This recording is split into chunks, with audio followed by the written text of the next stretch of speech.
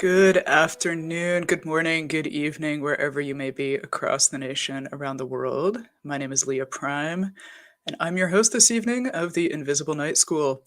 Thank you so much for joining us, whether you're catching us live or on a recording. We are so glad that you're here. The Invisible Night School is a small consortium of lay researchers and scholars. You can find us at theinvisiblenightschool.com.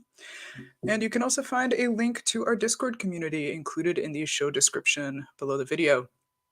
I'm super excited to see more and more of you joining us every week. Hey to Beefy UAP, so glad you are digging this show. Therapeutic for your migraines. I've heard good things about the role of psilocybin and DMT in alleviating migraine and cluster headache pain, so I like to think we're maybe a little bit of that psychedelic tidbit you can enjoy. Spooky asks, who is Leah Prime? We'll be getting into that this evening. What's up, Sways? Universal principle, we could be witnessing history. Yes, I hope so, in a good way. Lord Luda, what's up? V, Matt, this is like a who's who of some of my favorite people in ufology. Sniff, Swink, good to see you. Campbell, Simon, Raka, excellent. All right, I've exhausted the welcome list, and so let me bring my lovely co-hosts on for the evening. We have the brilliant Campbell, the inimitable Louise, and of course our resident dubious layman, Nick. Gentlemen, how are you? Happy Wednesday. Hi there. Good. Yeah, I'm excited for this one. Me too. Right, I didn't even start talking about what we're going to discuss. Yeah, so in between our sort of illustrious guest list, we had Erica Lukes last week, and next week we have Jack Brewer joining us. I'm stepping in to talk about my experiences at the Inquiry into Anomalous Phenomenon and, Inquiry into Anomalous Experiences and the Phenomenon conferences that I attended in New York City, both in October and then a couple weeks ago in December. And then we're also opening it up basically as an Invisible Night School Ask Me Anything. So we have some questions that have been sent to us today over Twitter, email, Discord, and then also taking live questions from the audience in the chat. So we're going to take a swing at this more like interactive style show. Super excited to connect with everyone who's tuning in and just see how it goes. Let's get into it. Yeah, I'm really curious about this conference because there were a few things that happened, right? Like not just intellectual, also social. Yes. And it's not inconsequential that I'm drinking a whole lot of tea right now. So this all started in October. I reached out to James Iandoli of the Engaging the Phenomenon podcast, and he and I had previously connected. I actually had, you'll appreciate this, I actually had no idea that he had a ufology / phenomenon podcast. I only knew of him through his work on meditation, and I was connecting with him over the works of Daniel Ingram. And the conference they were hosting came onto my radar, and I asked, is there any chance there's a ticket available? Because I'm right near New York City right now. I'd love to swing by. And he connected me with Nathan from Calling All Beings, one of the hosts on that podcast. And Nathan was like, Leah, I love what you guys are doing in Invisible Night School. It's really nice to have your voice sort of on the subject. I have an extra ticket. I'd love to give it to you. So there I was on my train to New York City the same weekend as Comic-Con. And boy, I'd never felt more normal as a UFO person than sitting on a train full of comic book convention people. And went to this event in October. And at the conclusion of the event, they subsequently announced the upcoming conference in December. And the October event, very candidly, I really only attended because I really, really wanted to see Mitch Horowitz. I love Mitch Horowitz. I've taken classes with him through the Theosophical Society. That's why I'm a member of the Theosophical Society, actually. And then also through the Philosophical Research Society out in LA. I saw Mitch Horowitz. Also got tuned into Sean Esbjorn Hargens, who's developing an exostudies curriculum at a university out in California, and talked to him for a while.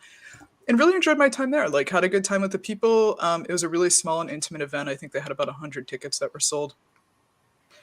And when they announced the list of the December speakers, I was like, holy shit, I gotta go to this. It read like a who's who. Like, it had Jeff Kripal, who, again, huge fan of his work. That's really what brought me in December.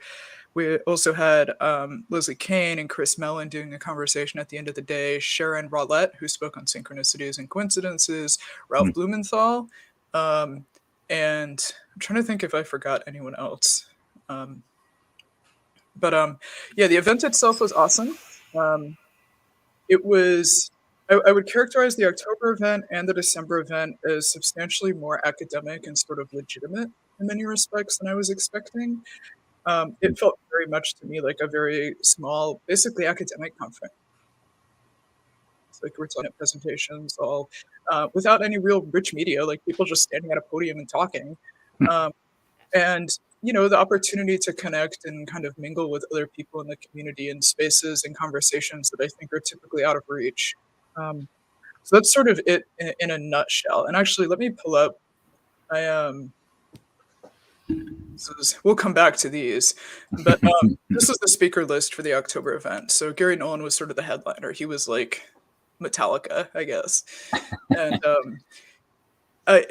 oh yeah, and Darren, Exo Academian. And I want to be very candid, like with the exception of Mitch Horowitz, I was functionally unfamiliar with every other person on this speaking list.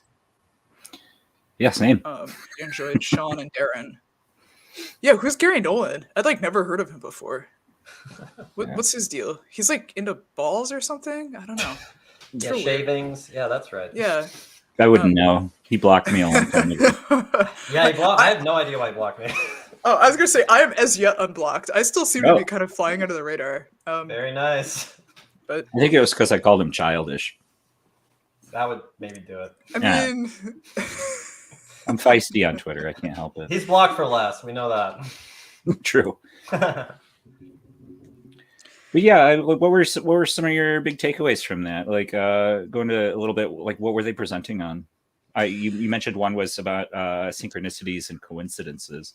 What did you think of that? Yeah, so I'm just pulling up the December event here. So we have sort of the opening act was Jeff Kripal, who's a dean at Rice University out of Houston, also the beginner or the founder of Archives for the Impossible, which is basically their special collections involving the papers and correspondences of Whitley Strieber, Jacques Vallée, etc. He spoke, my guess is he probably gave some permutation of the same lecture he gave when the archives opened, which is basically about the intersection between the paranormal and the sacred, and sort of the recognition that paranormal or supernatural or anomalous experiences have existed continuously throughout human history, and the need for us to take a more interdisciplinary and intellectually serious approach to exploring these ideas.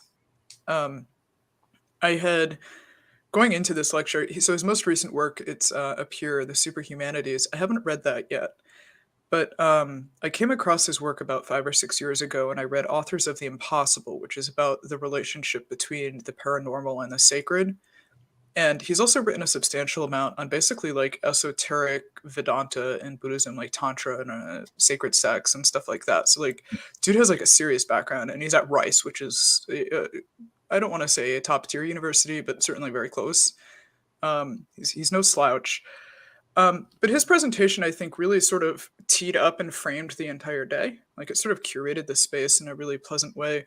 And also, I mean, when I look at this, the speaking list, I'm extremely impressed with the variety of speakers present, both in terms of the ideas and disciplines that they represent, and also their place in this community. And we have sort of the OGs, like we have Whitley Strieber on the speaking list, and then we have like Leslie Kane and Chris Mellon, so some of these more figures that have emerged more recently in the subject. So the entire sort of tenor of the experience of this event was very multifaceted, which I personally just really appreciated. So after Jeff, I'm trying to remember, I think Ralph Blumenthal spoke next.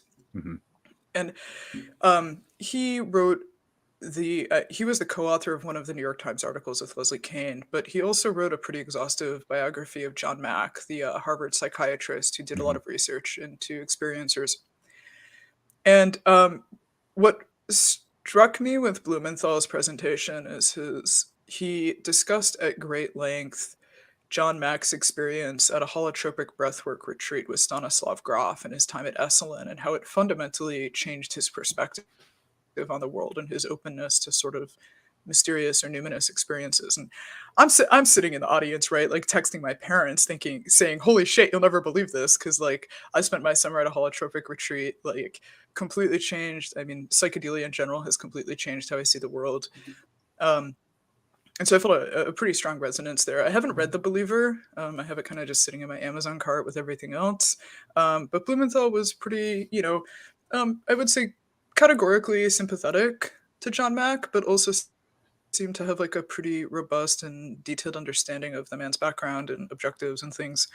And then, of course, we had Whitley Strieber. And the 13-year-old Leah Prime, who was hiding under the covers, listening to Art Bell, plowing through the book Communion and scaring herself shitless. Like, dude, I love to see Whitley Strieber speak. He has a very intense and interesting experience, or I guess catalog of experiences that he recounted. And it became, he gave a very impassioned and unexpectedly intense presentation, and actually got quite emotional in some parts of it. He seems to be, in many respects, profoundly menaced by his experiences at this point in his life, which I was a little bit surprised by. Could you go into that a little bit? That sounds interesting. Yeah, absolutely. So, everybody sort of knows him for Communion. And I think sort of the punchline with Communion is that he never actually calls what he experiences like alien abductions or encounters. He just calls them beings, right? It's this sort of just like numinous description.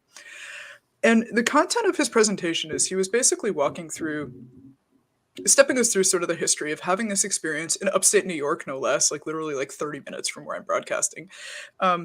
And how he deliberately sought to basically destroy his marriage after this happened, because it so fundamentally altered his view of the world and his sense of reality that he basically thought he was crazy and that his wife would be better off leaving him. And he talked sort of through his own sort of self-destruction and trying to navigate his emotions after whatever happened to him happened. So that's sort of like the foundation. But then he started talking through basically the ongoing experiences that have punctuated his life in the time since. And the entire lecture was bookended with probably like a 10-minute, pretty impassioned recollection of feeling extremely menaced in his home. I think he's in Santa Monica, and feeling like people are going, like, no, he doesn't even say people, he just feels like something is physically disrupting his environment, going through his belongings. He doesn't feel safe to stay there. He feels like intruded upon and menaced, and spent substantial amounts of time in the United Kingdom trying to sort of disintermediate whatever was going on with him. Got pretty emotional, choked up, raised his voice. I'd say I was not prepared for that. It was, how do I put this? It was a distressing speech to watch, or not speech, it was a distressing talk to watch, not by the nature of the content, but because you could tell that this was someone who was deeply traumatized by what had happened to him and had a lot of emotional intensity associated with it. And he was extremely candid. Like, he was very candid about sort of being made a laughing stock about what he reports as a sexual assault or effectively a rape, and, becoming sort of this cultural punchline for 20 years, and the subsequent sort of challenges and trauma that caused for him in his own life. So it was a deeply personal and almost like a personal narrative more than any sort of structured academic kind of talk. It sounds like he sort of describes his experiences in relation to sensing like a presence of some kind, or a series of presences. Does he get into interpreting those experiences, or is he more on the observational side? That's a great question. So, and I'll be very honest, like, my experience with Wit has just been as an Art Bell guest in the 90s and reading Communion. But he's been pretty prolific. He's written a huge number of books about these experiences. And he I just don't know enough about what he's written or how he's assessed it to draw any kind of conclusion on anything he's thought. And I also see there's some questions in the chat here that I want to bring this up. Mhm. Oh, excellent. Yeah, menaced is a great choice to describe what he communicates. Yeah, there was definitely a distinct sense of him being extremely troubled and menaced in this conversation.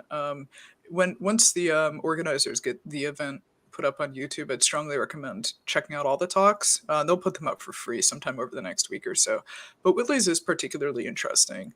Let me see here. Oh, go ahead, Nick. Oh, that was going to be what I asked, is if these were available for the public to see now Mhm. that the event's taking place, but that's good. Yeah.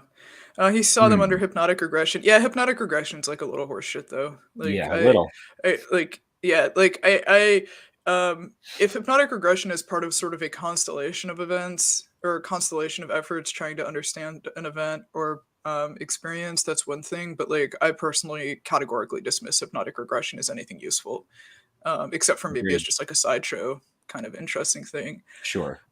Maybe it was an act. Yeah, so this is interesting, and this is something. There has to be a term for this, and it doesn't just exist in ufology. It exists sort of across the spectrum of human experience, where even if it is an act, at a certain point when somebody lives this kind of story constantly, it becomes just as good as true in their sort of emotional and psychological and social landscape. And so even if it is an act, at this point, it has become almost an egregore in the sense that it's become a fucking tulpa, where it's been sort of dreamed into existence and now has its own kind of meaning and distinct purpose within this identity. So in many respects, when it comes to Whitley, what happened or did not happen to him is effectively unimportant or uninteresting to me. What's very interesting is sort of how he's metabolized it, and in turn how it's sort of seeped into this community and helped with some of the sense making that you see people have around experiences. Well, and that's such an interesting part about it, that he seems to almost serve as a locus for like an intermediary between the isolated community experiencing these things and the larger society almost. And it's not surprising to me that he's experienced so much negativity resulting from that, because I imagine he would almost serve as a lightning rod to criticism of these kinds of experiences in general in that way. Yeah, and I think like that's exactly right. And I have a very close friend who is very much an experiencer, and him and I talk about this all the time. And in one of our conversations, he had basically said that he thought his experience most echoed Whitley's experience. I hope my friend doesn't mind me saying this. I'm not giving any identification or anything.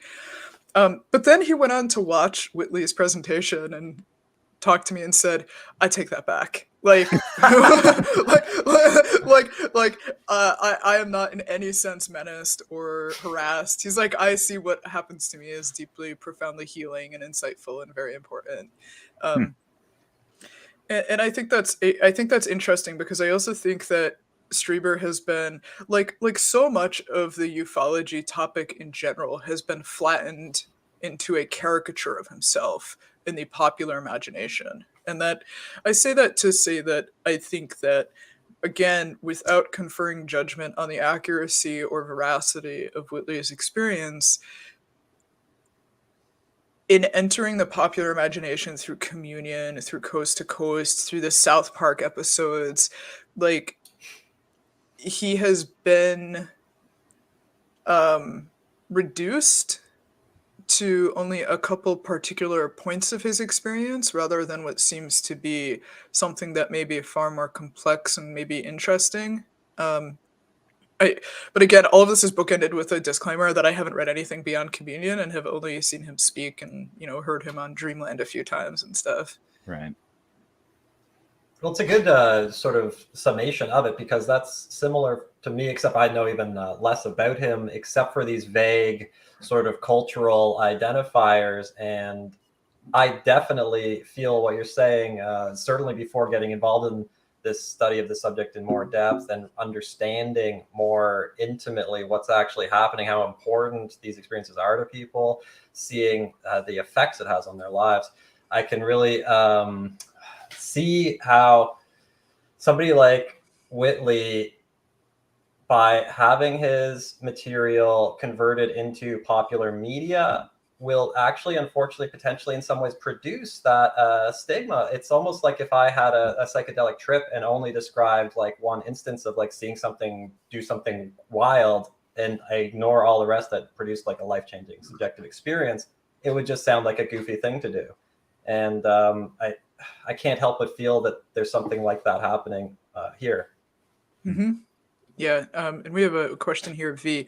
I've heard people speculate about his mental health. Did he seem okay at this time in his life, as much as you could tell? Yeah, and that's sort of what I was getting at. Hopefully, probably a bit more euphemistically than some of you picked up. Is that he did seem to be troubled. Like he did not. He seemed intensely emotional and traumatized, particularly at different parts of his talk. Um, some of it may have just been the emotional intensity of what he was recounting, talking about his relationship with his wife and sort of this sense of menace that he felt. And I mean, look, how much of it too is just underpinned by pathology. I certainly don't feel comfortable making any sort of judgment about that, but I would also say that I don't believe speculation about his mental health is unfounded, which I realize is a very political thing to say, but I am. Did he talk about Bud Hopkins at all? He didn't. Okay. He didn't. In fact, the only time Bud Hopkins came up, which I was like, oh shit, Ralph. I think it was Ralph who brought up Bud Hopkins, in discussing Leslie Kane's involvement with him. For anyone just tuning in, one of my favorite UFO facts is that Leslie Kane and Bud Hopkins were a couple, and that she was his partner, I think the last 10 years of his life. And anyone who's interested in the Bud Hopkins saga should totally read Carol Rainey's piece in the first episode of first issue of Paratopia, all about Bud Hopkins and David Jacobs. Highly recommended reading. Basically about how bullshit hypnotic regression was and how fraudulent a lot of Jacobs and Hopkins' behavior was, and predatory and exploitative and all that other stuff. Absolutely. And I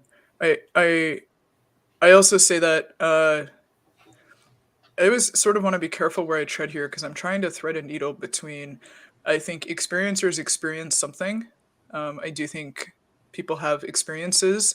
I think they are mysterious and numinous and very much worthy of attention and consideration, but I also think that these are people that, regardless of the positivity of these experiences, are highly vulnerable and frequently traumatized by them, and that there are effectively predators in this space who exploit that trauma and vulnerability in ways that are either self-serving or self-aggrandizing or in service to their own bank accounts. So I tend to be extremely skeptical of a lot of the people that I see working with and talking about experiencers, up to and particularly including Jacobs and Hopkins. And at this conference, to what extent did they define UFOs as related to consciousness? Because looking at Christopher Mellon's name, for example, I get the sense that he's kind of like a nuts and bolts, like craft guy. So how much did they actually dig into getting into like if it's all sort of the same thing? Yeah, man, that's such a good question, right? And like, and I'm gonna rewind a little bit to that first event. So in this first event, we had two speakers. We had Sean Esbjørn Hargens and Darren, Exo Academian. And both of these guys, like Esbjørn Hargens, if you get the chance, definitely check out his I think it's called Living in a Wild Cosmos, which is sort of his like exegesis on what exostudies entails, this sort of interdisciplinary exploration of consciousness and mysticism and altered states and how it relates to ufology.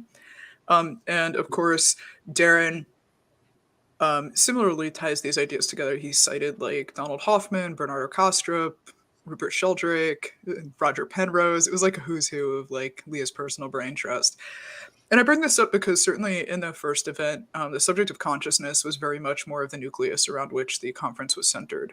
Whereas with this second event, you're right. Like the headlining, like Def Leppard here was Christopher Mellon and Leslie Kane, and definitely have that bent towards the nuts and bolts ideas, the sort of military and Department of Defense. Like these are literal material physical objects that people observe and witness and encounter.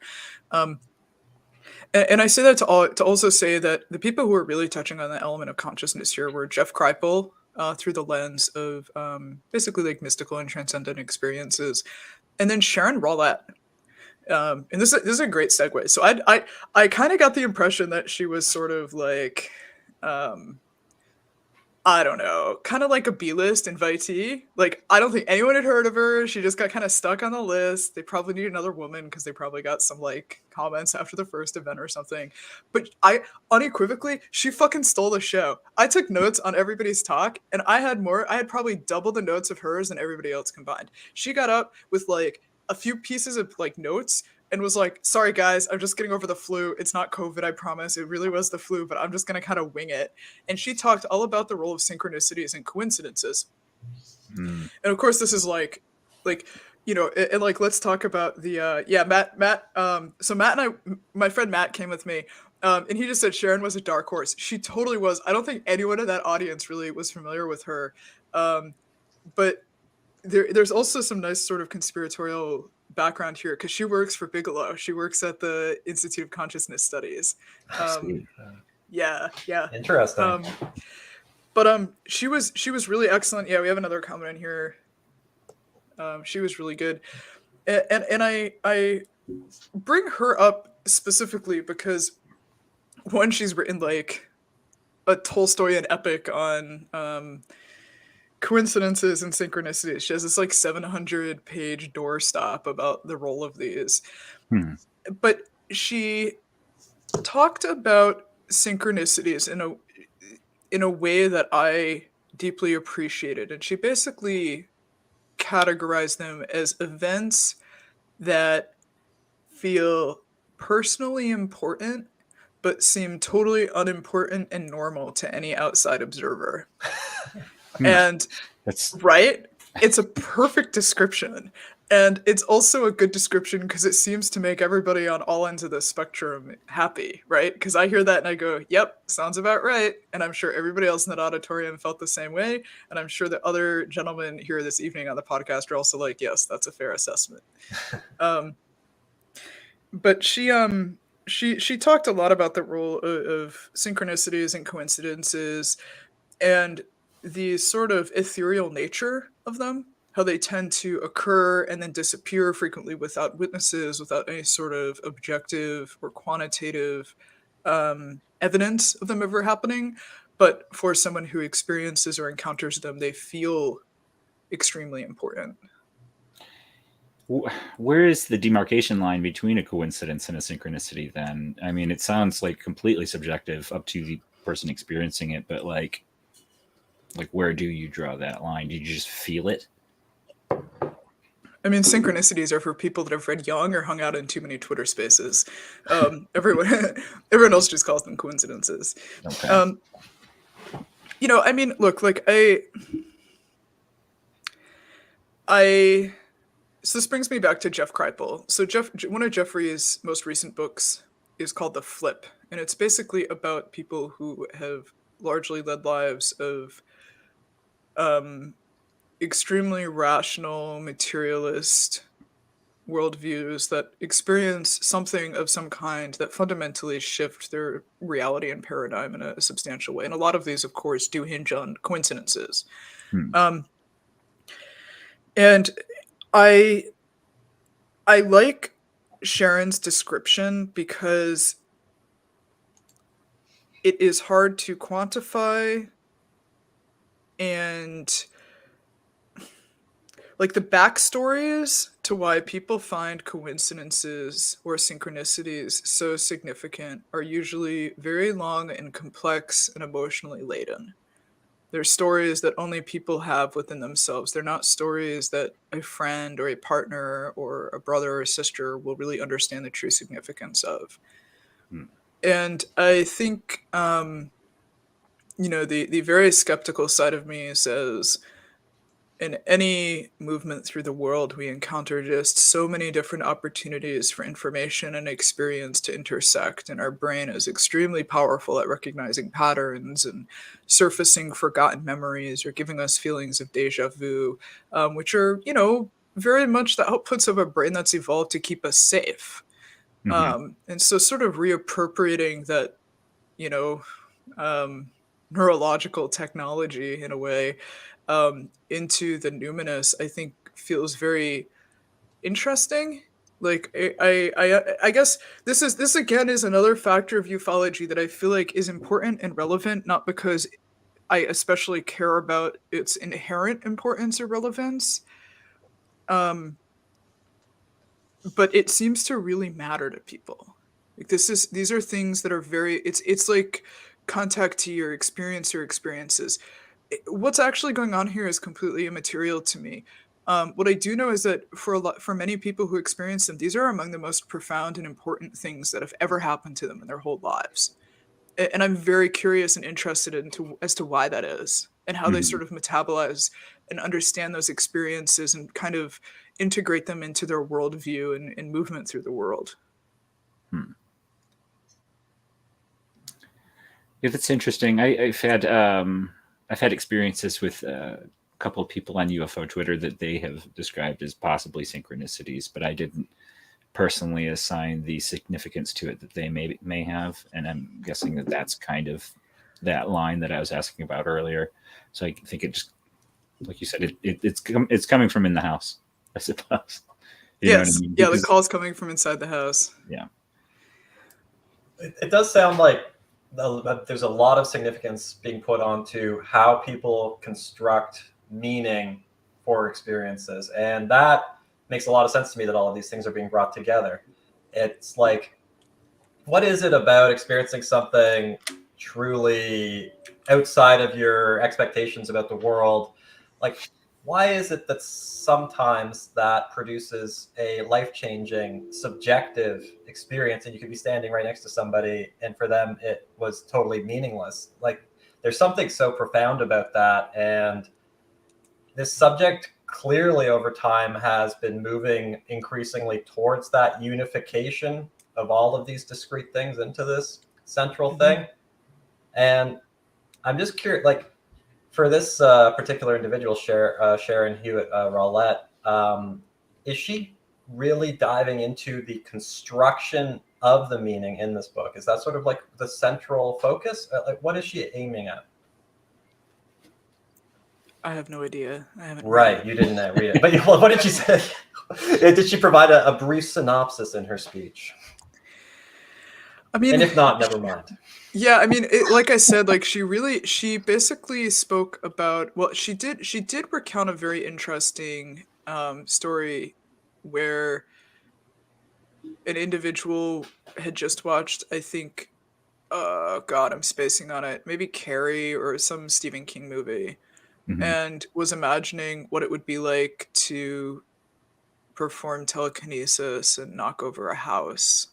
And this person was just kind of sitting in their car out like on a street and was just kind of looking out their car window watching.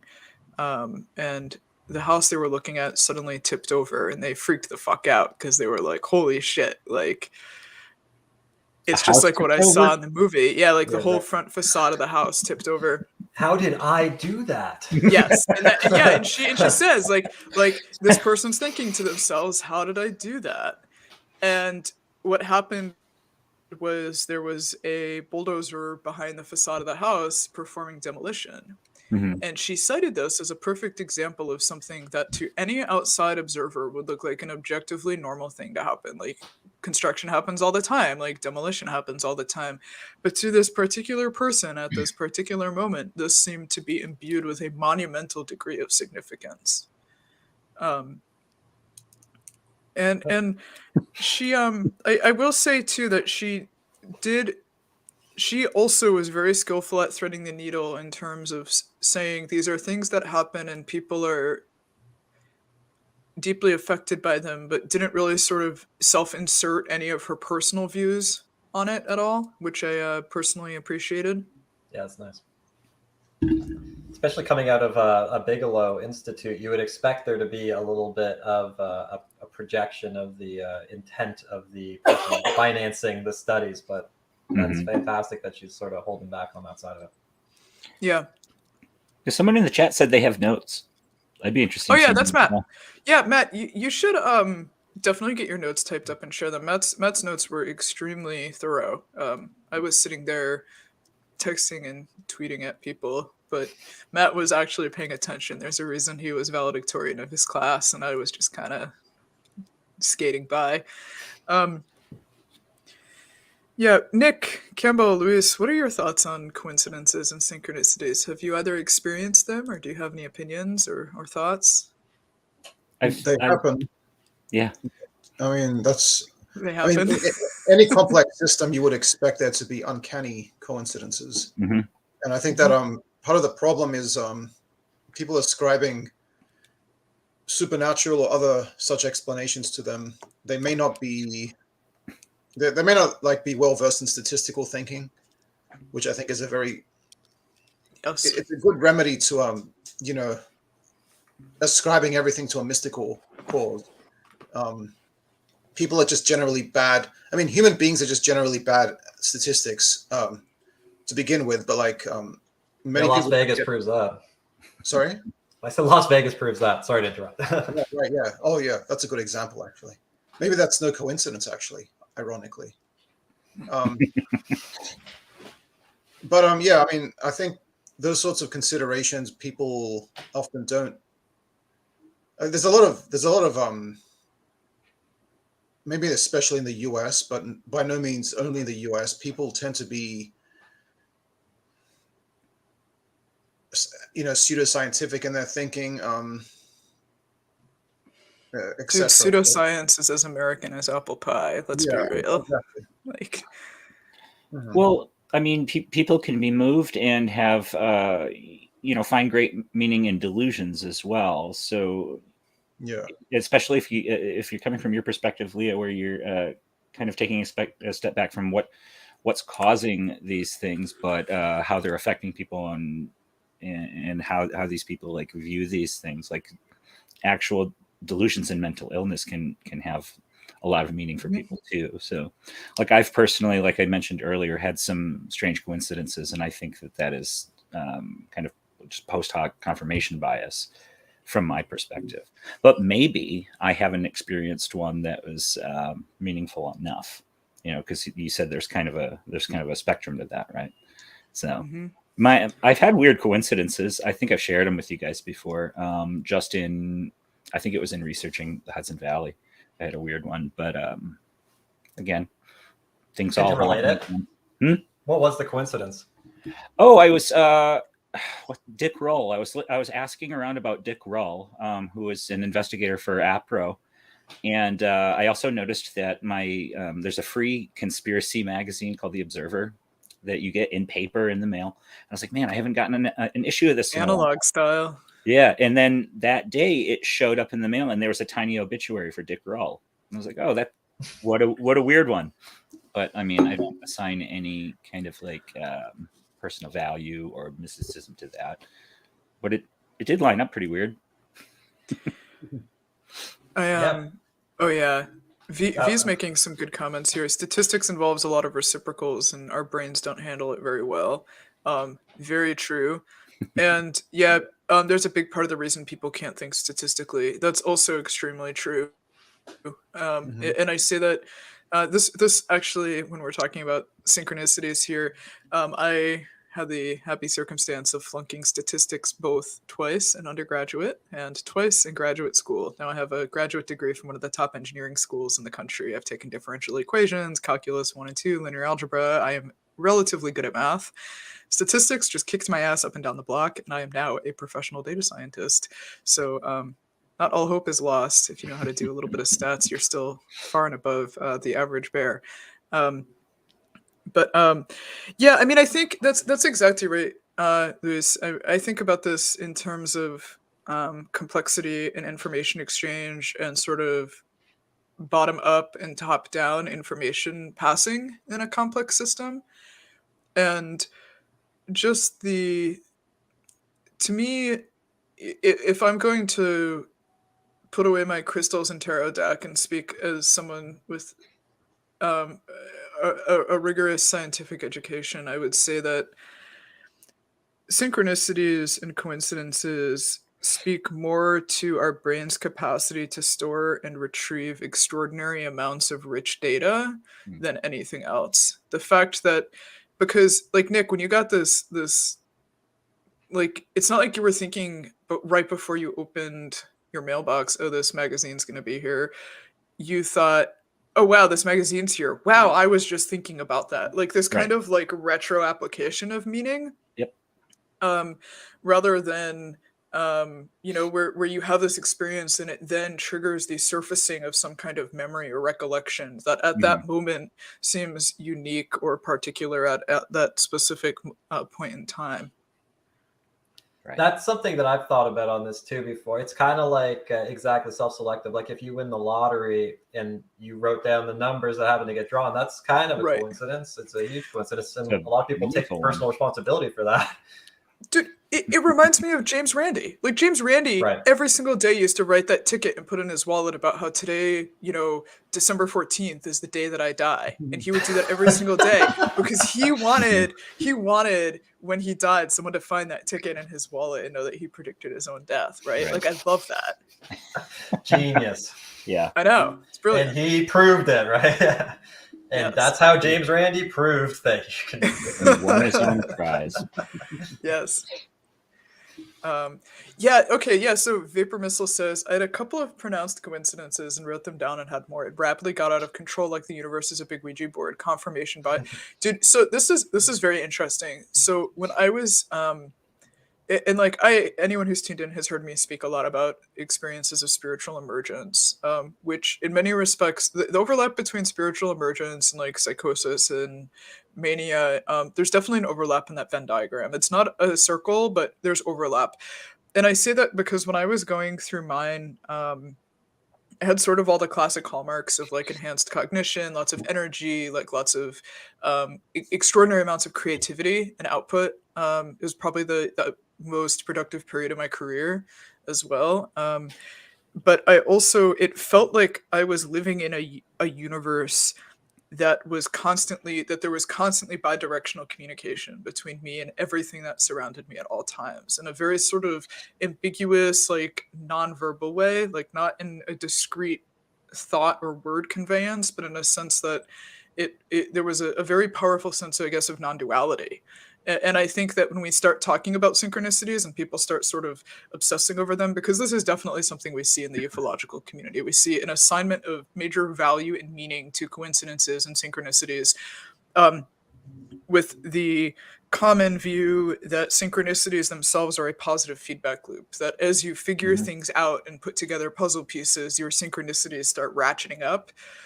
And Vapor Missile's comment just reminded me of that, like this idea that the more you kind of lean into this framework and the more you lean into everything being imbued with some kind of hidden information or meaning, the more it tends to curate and cultivate that sort of thought cycle. Which very quickly, I mean, if you're already prone to like psychosis or mania or anything else, or if we're going to talk about meditation, like the arising and passing away experiences, like these behaviors very deliberately cultivate those kinds of experiences. I mean, we're very, like, humans are extremely good at shaping their brain into doing all sorts of weird shit, for better or worse. And that reminds me of like the classic self-help books where it's like, whatever, wanted, we should do it or whatever. It's like you materialize what... Yeah. Okay. Yeah. So I didn't read it, I admit, but you materialize what you want through like thinking about it. And like, there could just be an intrinsic mechanism where when you're thinking about more actively, you're more likely to actually have it accomplished. That said, like, I'm not closed off to this stuff being something extremely, fantastical, surprising off of the charts. It's just that I haven't seen evidence of that's compelling so far. That said, like, I wouldn't even be closed off to thinking of it like it doesn't have to be like supernatural or something. Like I could imagine under a deterministic, purely materialistic universe, like there could be processes that are producing repeated patterns that we see as coincidences, and that's purely natural too. So there are a lot of variety. There's a variety of options available, I think. And Leah, maybe I could just ask, how did do you remember how you were processing your experience in that state that you were describing a couple minutes ago? Yeah, that's a great question. So the first thing I'll say is I had some sense of what was going on. Like I like, and I say that because I had read so much about things like Kundalini experiences, transcendence. I'd been had this kind of intellectual preoccupation with the subject. I just never thought it would ever happen to me. And it was not a deliberately cultivated experience. It was at a time where there was, and a lot of people, actually Jules Evans wrote or edited a great anthology of essays called Breaking Open, which is a collection of, I think, 15 essays about people who have also gone through some kind of spiritual emergence event or whatever. And at a very intense interval of immense grief and trauma, I was in this extremely devastating abusive relationship, just like being dismantled emotionally, which created just a sense of total destabilization and like sort of like loss of self. I was isolated for a protracted period under COVID. And then I also started to get very serious about meditation and breath work.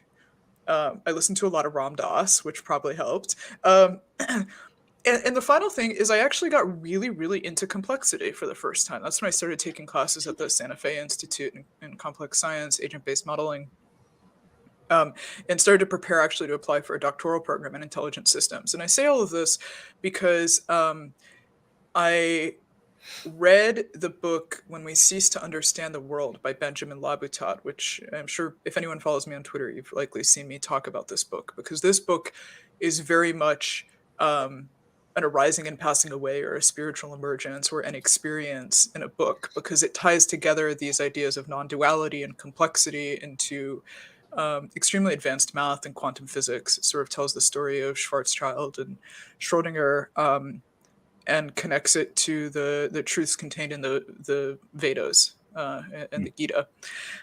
So that is all a very long way to say that I knew it wasn't a manic episode because I had no history of that ever. I had the classic millennial trifecta of depression, anxiety, and ADD. I had enough kind of background knowledge to know that these experiences, like what sort of separates them from like psychosis or from mania is Stanislav and Christina Grof said, is that when someone undergoes a spiritual emergence, they fracture and then move back towards wholeness, whereas in psychosis and mania the fracturing will continue. Like it basically continues sort of splitting the personality and the trauma, and it's very, you can't really recover from it. I knew enough to not seek psychiatric help because I knew enough that if I did, like, I just get pumped full of benzos or hospitalized or whatever. And I was totally functional. I just was like just almost like functioning at like 120%. It was pretty wild. But I also say all this because it was a progressive experience over probably like 6 weeks or so. And I can remember thinking around like week 4 being like, this has got to like chill out because otherwise it's going to break my brain. Like it's and I mean I eventually did get like really regrounded, and I mean big kudos to sort of my family and my friends at that point who were extremely patient and loving and supportive. And like I only talked to a couple of people about it at the time because I was like, I don't want this pathologized. Like I feel like this is just a normal experience that a lot of people have, they just don't really know about it. So that's all to say that it followed sort of the very classic description that I had read and was familiar with through Stanislav Grof, through the work of Daniel Ingram, through Emma Bragdon's book, The Call of Spiritual Emergency. That one's a little bit far out. I'm not sure I'd categorically recommend that one. But all to say that like, oh, and I also read this great book from Quest Publications called The Common Experience. And it basically talks about how these experiences are like super common and we just like don't really talk about them because, you know, it's totally far out and it freaks people out, and we just don't have cultural scripts and narratives. But what's interesting is there's this part in Mastering the Core Teachings of the Buddha by Daniel Ingram, which is sort of like a pragmatic Dharma guidebook. He talks about the experience of the arising and passing away, and sort of the that it will frequently instigate in somebody like this obsessive drive towards exploring Buddhism and the Dharma. And as anyone who knows me now, that's exactly how it's unfolded. Like I've spent this like so much time now in this deep dive into meditation and into Dharma studies. You mentioned that the experience, you transitioned from the state of high creativity and intensity into a more stable state, and you described how some people don't successfully make that transition. And I'm curious if you have any thoughts about to what extent the social circumstance of the individual might play a part in that. For example, if you have a community of friends and family who are there to support and help process in a positive way, and you know that you have that support there regardless, is that I'm wondering if that maybe has some significant role to play in this transition into the positive interpretation. Yeah, that's and that's a lot of what Graf writes about.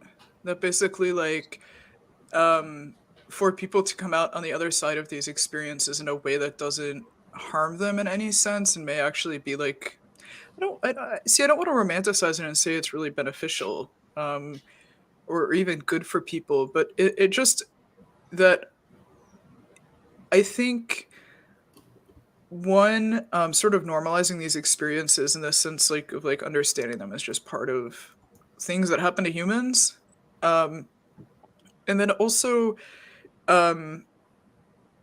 having the luxury of environments that are able to provide this sort of spaciousness for a lot of people during these experiences. Like mine was pretty well restrained and under control. I just like worked a lot and was like wrote a lot and painted, and like it was extremely creative and sort of prolific.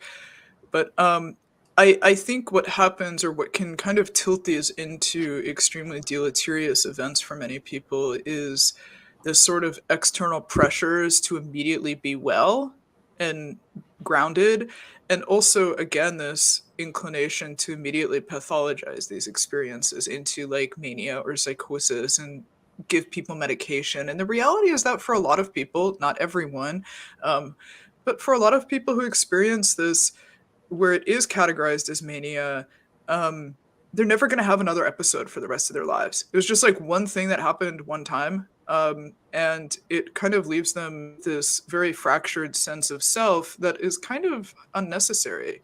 And again, I do want to plug Jules Evans' book on this, Breaking Open, and I say that because there's some really interesting findings in it, like not just the commonality of these experiences, but the environments that can frequently trigger them. Like the most common place where people experience this stuff is actually in airports, which is kind of interesting because they're these like super emotionally charged liminal spaces. They're sort of like very dissociative, and can be like extremely stressful for people to go through. Lots of, not to get super woo, but like also very, very high emotional energy as well can exist in those spaces. And they can frequently trigger those events in people, which is just kind of fascinating. Yeah, I've never heard that. That is airports. Yeah, I think, there's so much symbolism you could sort of bring out from that. Sure. And there's maybe the largest buildings that you can go into in some cases too. There's a lot going on there. That's neat. Yeah, there's a whole lot going on. Yeah. And maybe, and I mean, yes. Well, I was going to say too, like, I just think like, look, as we're undergoing this like psychedelic renaissance, and sort of people are taking up psychedelic experiences that do not involve exogenous psychedelics. So holotropic breath work, fasting, sensory deprivation, things like that. I think, on the one hand, we can talk about how an openness to the qualitative, subjective human experience is having the catastrophic and unpleasant effect of unwinding consensus reality and contributing to the sort of epistemological crisis. But on the other hand, we're also seeing, I think, larger kind of cultural comfort with the vicissitudes of human experience, like with the sort of depth and complexity of the emotional and psychological and spiritual experience that is accessible to the average person. It's not just for priests or Jesuits or shamans. This is stuff that the average person at home, you know, if you take a holotropic breathwork retreat, you too can like lay on a floor and breathe really hard for an hour and have visions of like being born in the 12th century of Ireland or whatever. Like this is accessible stuff. And I think, I mean, man, I could do a whole episode basically on how I think that like we are a deeply, deeply traumatized culture right now and a deeply traumatized people. And these encounters and experiences with expanded consciousness are ultimately, I would hope, contributing to some degree with the healing of that trauma, but also that we are collectively becoming more comfortable with sort of the varieties of human experience well beyond what we're sort of fed through mass media or trying to flatten our identities and behaviors into just being productive automatons for whoever our bosses are at a given time. You can tell I don't have a job right now because I can talk about work like this. Well, let's. This is a great place, I think, for us to sort of transition, because you're talking about a period of transition in your life, and we're here to find out who is Leah Prime. So, oh yeah, maybe we yeah. can Let's pull up switch some to of the those questions. AMA. Dive in there. Yeah. Yeah. I think now is the perfect time to switch to the AMA. Yes. Yeah. Sorry, folks. I could chatter away. I should just live. Well, that's what they're here for. I'm sure they're upset with us diving into these things.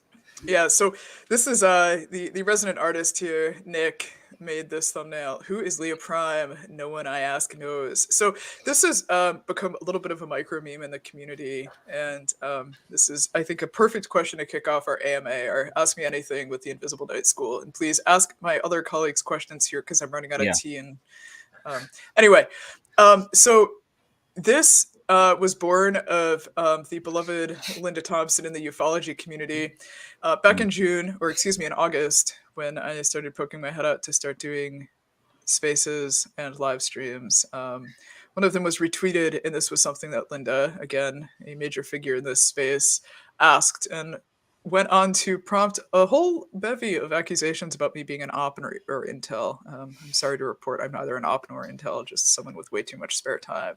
It's disappointing. I know.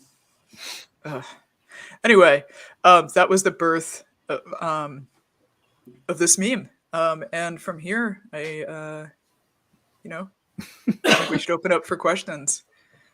Yeah, absolutely. Now, I think you had a couple sent to you before the show, right? Yeah, I did. So one of the questions I received from a listener is, in your opinion, or the opinions of the hosts, what is the phenomena, and does it constitute another form of intelligence? Starting with the big one here. Yeah, Kimball, you first. Oh my God. Okay. Let me think. What should I say? What I actually think? Yeah. It is my opinion, based on a variety of academic sources I have cited on my website, that the most likely conclusion to this is that, as a variety of academics and the UK Ministry of Defense, CIA, US Air Force, yada yada, have gone on in their personal documents to say that this is likely a novel atmospheric phenomenon, akin in some ways to ball lightning, but slightly different. It's that's sort of my interpretation. I think the NASA UAP study group, the head researcher there in personal communications, he's already started citing skirmions, form of ball lightning, reproducible in the lab. Seems like that's the way this is headed. I think that's where this is going. That's what I think is happening. I'm not going to say that's for sure what's happening. I'm open to whatever. That could be one of many things, just to be clear. But I think that's what the main thing is going on. Right. I think there are, there's a number of things happening that we're all kind of chaining together just because it fits the category of unknown or currently unsolved. I agree with a lot of what Campbell's putting forward. In fact, I think that's one of the better conclusions for the Lake Michigan case that I'm working on. It seems to check all the boxes.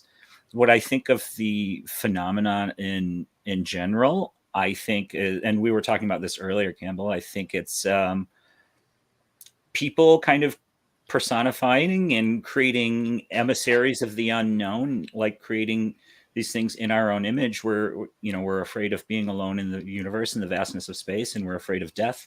And we get aliens and ghosts, which both kind of fit that description of the phenomenon. So, I mean, while I do think people see anomalous or even novel things in the sky, like I do believe happened in the Lake Michigan case that I'm researching, I think that people kind of project onto that. They project themselves, they project kind of a very human idea onto it that kind of represents that unknown, or kind of our fear of the unknown. We give it a face or an image, and it's constructed after us. That's my take on the phenomenon. I think it's the phenomenon is really a human filter for how events we interpret them based on myriad psychological or cognitive processes, and then we report them. Then that can build up as well into a narrative. Then that narrative can also feed into other people's perceptions and predispositions. So, we talked about ufology being kind of echo chamber. I think that the so-called phenomenon is also an echo chamber, and that society, culture more generally, is a larger echo chamber. So you've got like these nestings of echo chambers, like those Russian dolls. Mm-hmm. I think that's primarily what it is, but that's not to say that there couldn't be some as yet unexplained, for example, what Campbell's looked at, atmospheric phenomena, plasma, etc., which could be interacting with human nervous systems in some way. Especially, like, the things I find most interesting are not the UFO reports, but the close encounter reports and abduction reports. So that's more difficult to explain. I mean, you can do it with hypnopompic or hypnagogic hallucinations, extreme stress episodes, drugs, things like that. But I don't think that's an entire explanation. I think that there's still something genuinely unknown, but it's not anything supernatural. It's still within the realms of what's going on in the brain and body, but it's still that's still an active area, which I think is probably the most interesting thing that we can look at right now. Yeah. Mm-hmm. And what about you, Leah? Mm-hmm. Dude, it's the fucking Pleiadians coming. The flying saucers. Yeah, I will not gasbag it and just say that I personally, again, feel it is completely inconsequential what actually causes these kinds of things. I would be just as happy to find out they're I would be just as satisfied to find out they're supernatural as they are chemical imbalances or environmental factors or etc. But I'm very interested in I do think people experience strange and unusual events that point to a reality or a substrate of reality that is somewhat different than the one that we experience in a material sense and from an information processing sense. And at this point, I would also say that my view on the subject is almost entirely divorced from extraterrestrial hypotheses in any meaningful sense. Like that in many respects, that feels very passé. It feels almost like believing that if you leave barley in a wet rag out below a full moon, you're going to get, I don't know, a chipmunk or something. Like it just feels like this very kind of passé idea. And I don't put much credence in it at all. But that's more or less where I sit. I am just mostly interested in the human side of this, how people understand and contextualize their experiences, and what it says just about the limitations of our own knowledge. Raka is asking where they can get more information on what Campbell was talking about. Campbell's blog is a really good resource for that, UAPstudy.com. There we go. Yeah, that's right. .com. Check that site out. It's written like a book. It's a really good resource. Oh, thanks, man. Yes. Yeah, check it out. Who else is asking questions? What Yeah, else do we got? let me see. Would you rather in your lifetime have a theory of everything of physics proven to be true? So, for instance, something like string theory, meaning we finally understood reality at the most fundamental level, or have the aliens land, the door opens, and we make first contact? Oh, the latter. Damn, that's a good question, though. That is a really good question. Yeah. The Man, you want the latter. aliens, Nick? Dude, this is Nice. going to be a role reversal.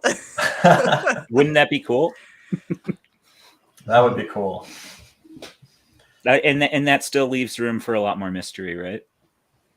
That's true. That still allows for a full understanding of the universe. That's a good point. Yeah, that's my choice. So the theory of everything, therefore, would not really be a theory of everything, because it still leaves something unexplained that you would rather experience. Nice. Okay. It was a trick. Very nice. Clever. Yeah. I would say theory of everything. That's like I spent so much time reading physics, like frontier physics stuff, without understanding most of it. Like that's what I am so intent on. I do understand that answer. Leah, don't be surprised. I mean, like the classic ET narrative, like the X-Files storyline. I want that to be true. I'm just not convinced of it at all. Mm-hmm. That's actually a good point of, or actually, Leah, maybe you could answer the question, and then I just had a little thing I want to say. Dude, I want to know what's at the substrate of reality. Are you kidding me?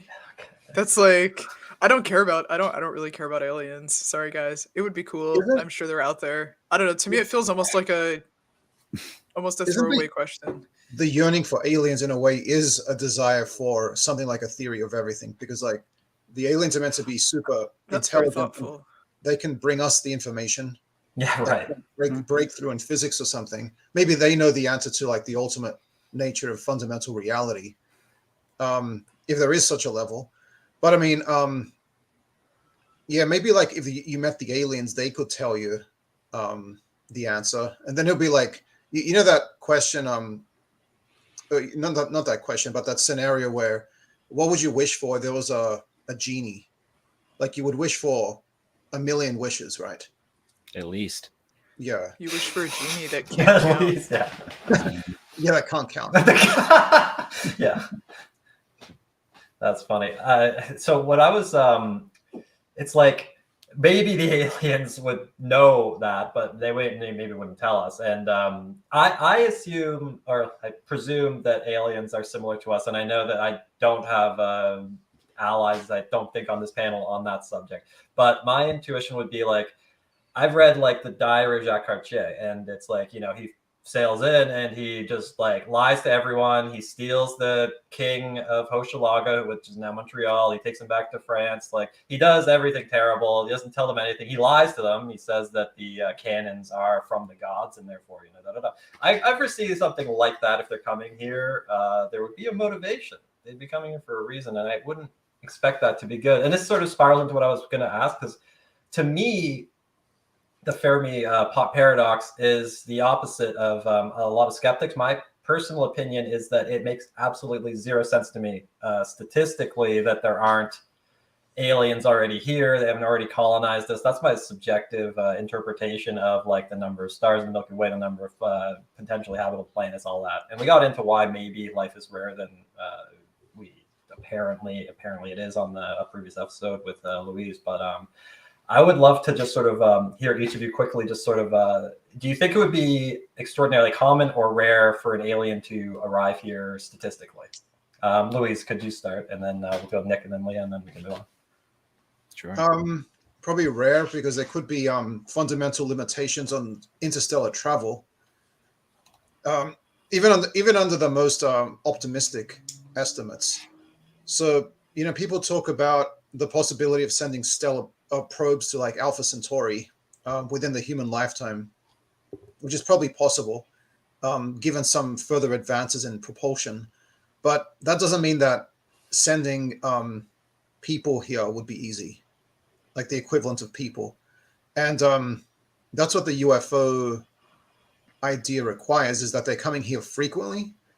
And I just don't see that. The other thing is like the UFOs, you know, what they're purported to be capable of is like instantaneous maneuvers and so on. And probably using some sort of exotic propulsion, gravity manipulating propulsion system, like wouldn't that just screw up the Earth? So like there could be like intrinsic problems with that, which people just don't. They just sort of chalk it up to, or maybe the aliens are just super advanced and they found some principle of physics that we don't know about.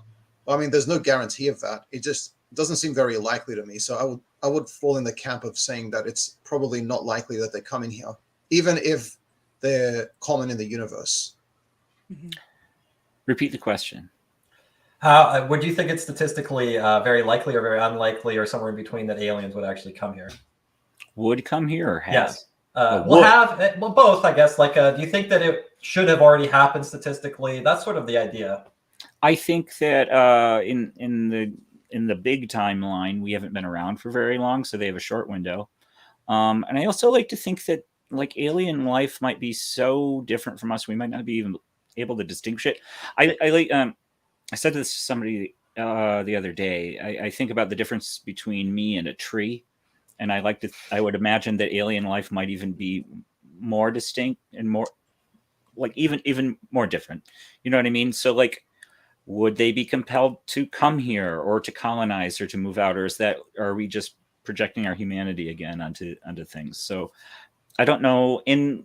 There's also in the James Webb Telescope photos, the first ones that started coming back made me think of this.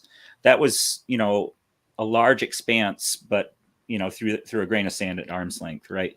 The space is so big, like, would they even find us? You know what I mean? Is that looking Right. for a particular grain of sand on the beach? So no, I don't think it's very likely, or at least not in our lifetimes or the lifetime of humanity, however long that might last. Like I said, I think that's a very short window, so I'm not sure. We've got another 80 years left. Yeah, that's optimistic. No, I don't know. Drawing on Nick's response, yeah, like my view of this on literal beings coming from another planet and getting to Earth is we're not just contending with the spatial enormity of everything, but we are also contending with this other dimension of time that is also extraordinarily very, very long. To me, it feels like two things feel intuitively true to me. One is that there's almost certainly life elsewhere in the universe, and also that it is extremely statistically improbable that it's intersected with ours in any meaningful sense. Now, I will say, I do find ideas around interdimensional or hyperdimensional or whatever beings to be much more compelling. I'm reading that book in the psychedelic book club, Alien Information Theory by Andrew Gallimore, and he basically stipulates that the DMT breakthrough experience puts your brain in a space that it only is world building based on intrinsic information, and that in turn, so like no external information from the phenomenological world, it's all what's going on in our minds, and that, or it's all information that's being generated internally, and that in turn this enables humans to enact or engage with entities or intelligences or whatever else that are not of this particular material reality. Like that to me feels like a more intellectually approachable idea than, someone from Zeta Reticuli landing their flying saucer on the White House lawn. Sure. Quite reasonable. Could an AI have psychedelic experiences? Well, that's interesting. Some of that AI art that you're generating suggests yes. Yeah, man. True. Yeah, I was thinking about that actually when I was making some of that art, because I was thinking about could it be possible to draw insights about how dreams are produced from AI, and like therefore the underlying latent meanings of that in terms of like a meta language. Go on. I have something to say. I'm so excited to say this. I was just reading a paper basically about how good, how skillful we are becoming at basically tracking the human mind in the dream state and then replicating images visually based on what is Oh. happening in the dream state. So it's not extremely detailed, but it would be like if you dream that there's a red cardinal sitting on a fence, it will pick up the brown of the fence, the red kind of splash of the cardinal, and then the green of the tree behind it. That's It's stunning. That it's reminds really me so amazing. much of like the Yeah. original photographs. Like Mhm. the photograph of like a pigeon on a fence or whatever was the first photo. It's like exactly like what you're describing. That's except black and white, obviously, but that's really interesting. Mhm. Trippy. Yeah, that's going to be the real threat. When the AI gets their hands on the hallucinogens. Yes. Let me see. We have questions here. we have a question from the Earth. How likely do you think it is that some uncharted external physical factors directly result in spontaneous spiritual or uncanny experiences? So things like carbon monoxide gas, traumatic accidents, ergot, etc. Maybe this actually probably ties into Skinwalker Ranch, incidentally, because isn't there the Uinta Basin is at a site where like there's a lot of methane leakage, and I think Stephen Long posited that maybe one of the reasons people have experiences there is because of methane. So anyway, that would be interesting. Yeah. Wasn't ergot kind of an offered explanation for some of what was going on in the Salem witch trials? Leah, didn't you mention that before? The dancing mania of the 16th century Ah, is largely attributed to ergot, which for Surely- anyone, it's basically similar to LSD. It grows on grain. it definitely wasn't the music. It definitely was not the music. Okay. The banging hits of the medieval period. Mm-hmm. Yeah. I think there's a variety of ways that this could be interpreted. Like it's bringing to mind something from one of the Icelandic sagas, the saga of the Greenlanders. There's a segment of it where they become sick in winter, and there's a sequence of people waking from the dead, communicating with the dead, having visions, all of these things. Another way of interpreting it is some kind of sepsis, food poisoning, in a modern interpretation. But that's an external factor, and they detail, extensively these experiences that we would exclusively identify as spiritual to some extent. So how many things like that are there out there? Like so many, from so many different angles, right? Not just out there then, but out there now.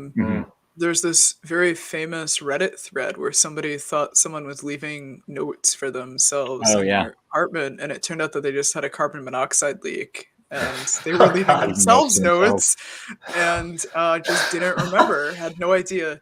What's that movie with the guy that tattoos all that stuff on? Memento. Okay, it's Memento. 1999 or something. It's like God, I remember that.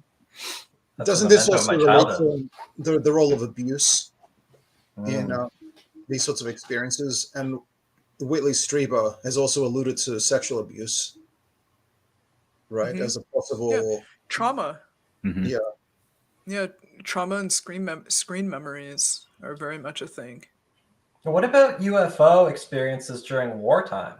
There's a not insignificant number. There's a very infamous incident in Vietnam called the Chorwan incident, where dozens of GIs were taken out of combat with what appeared to be radiation sickness after reporting we call it a UFO. They said it looked like a jack-o'-lantern wafting down the hillside, and it was entering the air bursts of the artillery air burst instantaneously, so moving towards them is their report. And then they were firing on the object, and it allegedly approached them, and then they suffered extensive sickness. And it's like, interesting. That could be a real physical experience, or it's a collective experience from like this extremely traumatic event, or maybe it's a blending of both. And then how profound would that be when you're in this state and there's an anomalous event occurring? And I can just see some, go on. Drug use as well. A lot of GIs in Vietnam were, they were smoking heroin or whatever. Hallucinogens as well. Yes, that's true. Like taking acid in combat. Yeah, you're right. Inconceivable. It's like the Viking berserkers, right? Who like Yes. the myth is always that they ingested amanita, which is a very powerful dissociative mushroom. Um, Oh, it's sort of like the goth brother of psilocybin. Um, Some soldiers also report that during combat they sort of get high from the thrill of mhm. like doing the enemy or stuff like that. Especially like when they win the battle, like afterwards they sort of coming down from this high. Hmm. I guess like that could also it'd be interesting to study the effects of that. Although I wonder how would you do that? How would you empirically study that? Yeah, ethically anyway, yeah, that would be a real Sure. challenge to induce trauma to take a look. Yeah, you'd have to be going back to the 1950s, though, those like the Harlow experiments and all of that, the Milgram. Really start messing with people, ruining their lives forever. But you get some valuable data. Mhm. I mean, we're talking about very distinct linear paths from an event or chemical to an experience or an mhm. expansive consciousness. But there's also tons of stuff that happens that is speculative or environmental that we can't really make that linear connection, but I think does instigate these things. So exposure to like infrasound or very strong magnetic fields, like the God helmet, right? Or Yeah, I know that that's hasn't really never been really been reproduced, right? proven, but No. that book by Mary Roach, Spook. Spook, like Hmm. she talks a lot about the sort of different environmental things that can, at Hmm. least in theory, kind of induce sightings or paranormal experiences. Yeah, that has been a popular theory. I don't know that its replication has been attempted much on Persinger's work. That's who Hmm. did the God Helmet stuff. Oh yeah, I looked into that, Nick, after you were asking me because I Hmm. reference it because of the UK Ministry of Defense cites his work as an explanation for some of these alien experiences of proximity to high, magnetic fields. And Yeah. you're right. You identified this for me that there was an original major study done by Swedish researchers in the early 2000s. They're trying to replicate it in Hmm. nature, and that failed. Persinger claimed that they didn't use the appropriate energy levels and stuff like that. There then more recently was a partial replication of part of it that produced a limited effect that is not indicative of Yeah. the original reports. So you're right, it is less sturdy than even in 2000 in the report people were saying, because Persinger had, with a bunch of other authors, published a variety of papers sort of in the journals indicating this is likely, and then they just couldn't get replication after that. And that's sort Right. of so tricky, isn't it, in this type of Yeah. thing? I mean, I'm not dismissing it completely or anything. Like, it does need more work done on it, you know. I do know there was something in the similar vein. Gosh, I wish I could remember the source of this, but at a college campus, they erected a cell phone tower that was inactive, and they did a study on like EMF 5G. sensitivity. It was pre 5G. I'm thinking it was probably 3G at the time, but Oh, it was like it was pure it's basically placebo, but they had dial up. a lot of reports of a multitude of symptoms of it. So there's reason to doubt EMF sensitivity in these things, but I think that it's an avenue worth looking at, like Persinger's work and stuff like that. If people were to try that some more, maybe we could see some replication. I don't know. I haven't read. I probably haven't even read as much as you, Campbell. I bet I did know the kind of the gist that it hadn't been replicated fully. So drawing that conclusion is kind of on shaky ground. Yeah, and there are a couple, just one other angle on this that I find intriguing. The recent studies involving something called the third man factor. This is very, Hmm. I found it fascinating, right? That there's this It's recurrent fascinating. experience that often mountaineers report. Hmm. And this is only why I'm bringing up in this context, because there's some possibility that perhaps there's a potential geomagnetic element. That's not verified. What is verified is people experience an effect of a temporary hallucinatory state that is sudden onset. They experience another individual with them. It's prolonged. There's an interaction in extreme environments like the mountaintops is where it's been studied. And then it's not recurrent. They don't have it in other circumstances. So that's where there's some really neat quantitative stuff going on here. Mhm. And I was starting to dig into that a little bit, and it's expanding rapidly, and it's like a relatively new thing that they've identified. So I advise anybody who's interested to maybe take a look at that. Yeah, it's something that this is whatever. I'm on the title card.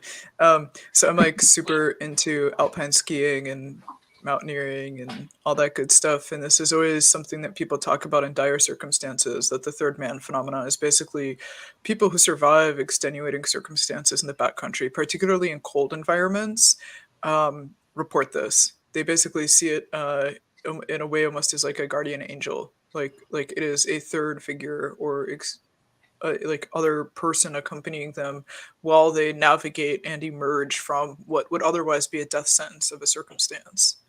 Now, is this more than the kind of like feeling a presence or feeling you're being watched? This is like an interactive. Oh no, this is a very distinctive, interactive, like you feel as if you are being accompanied by another person who's basically guiding you out of danger and kind of sounds really coaching interesting. you. It's really fascinating. Yeah. This is news to me. I haven't heard of this. It's cool. Yeah, and it's not verified exactly what the mechanism is, but there is a very intriguing element there that it's like this extreme environment, and maybe there's some kind of mechanism. Like is it adaptive? It's interesting. It makes me wonder if it's some form of dissociation then, and you're just viewing yourself almost, but you're so dissociated you can't recognize it. I don't know. That's cool. I want to read more about that. That sounds really cool. Yeah, I mean, there's all sorts of weird, spooky shit, like almost like sub processes that run in your brain all the time that, they're like the lizard brain. Oh. Excellent. What neuroscience reveals about the compulsion to believe. Fascinating. Yeah, this guy is John C. Wadey. He's got 2 books. This one is about, I think, the evolutionary reasons why we have certain predispositions and why we believe in God and so on. And then he's got another book about the actual neurobiological mechanisms behind it, which he's looking at. Yeah. Well, I mean, there's hypothermia does very strange things to people's brains. And there's something that happens, basically, it's called terminal burrowing. And again, it's one of these sort of like root processes that run on your biological computer where as you're freezing to death, you will basically take off your clothes and start digging in the snow and try to crouch and sort of hide. And this is something you're not cognitively, you're not like aware of that you're doing this. It just kind of happens. It's sort of one of the last stages. The precursor to death by hypothermia is terminal burrowing. And it's basically just this like sub process, like it's your lizard brain taking over the show. Interesting. So yeah, it's pretty far out. So we have a question here sent to me on Twitter. Thoughts about Chris Mellon alluding to having more advanced technology available, but that we're not using it to track UFOs. This is a side of stuff we almost never talk about, so I'm very curious to hear your thoughts on this.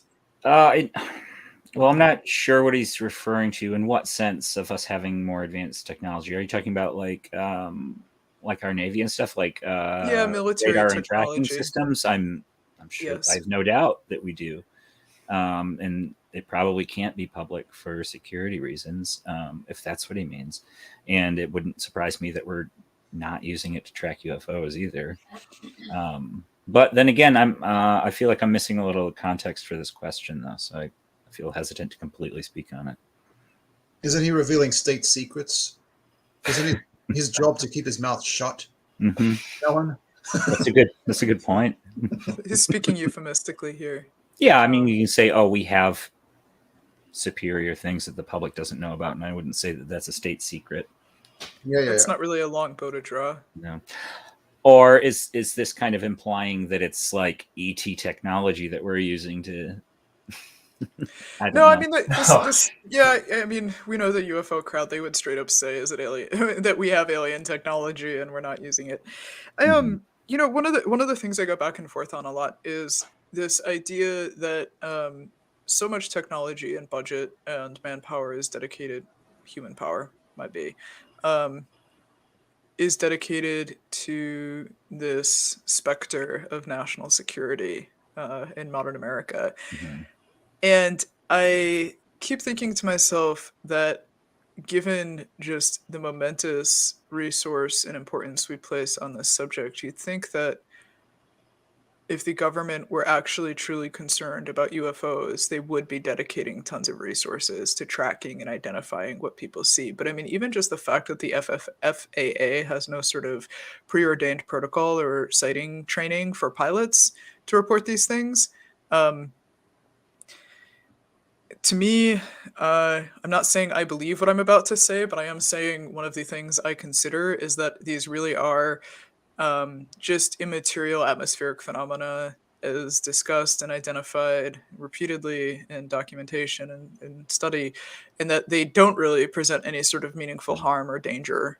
And as a result, the national security apparatus or organ just kind of summarily dismisses the concerns. On the other hand, maybe this is just all a misdirection and there's a whole lot of shit in the skies that's super dangerous to us and they just don't want to freak us out. Well, maybe these atmospheric Sorry, things Campbell. are happening. You were, And, I was watching Campbell's face. He was waiting for oh. me to be a plasma guy. No, it's okay. I'm very happy to hold on to that. But Nick, go ahead. Yeah, please. Maybe like us kind of naturally relating it to the cultural narrative of UFOs, like the ET thing, is what's keeping them from taking it seriously, because they're thinking little green men when there could be novel or anomalous things happening in the sky, and we're all just equating it to ETs because that's what we've all grown up with. You know what I mean? So Right. They are kind of just passing it off and not taking it seriously. Well, things could be happening.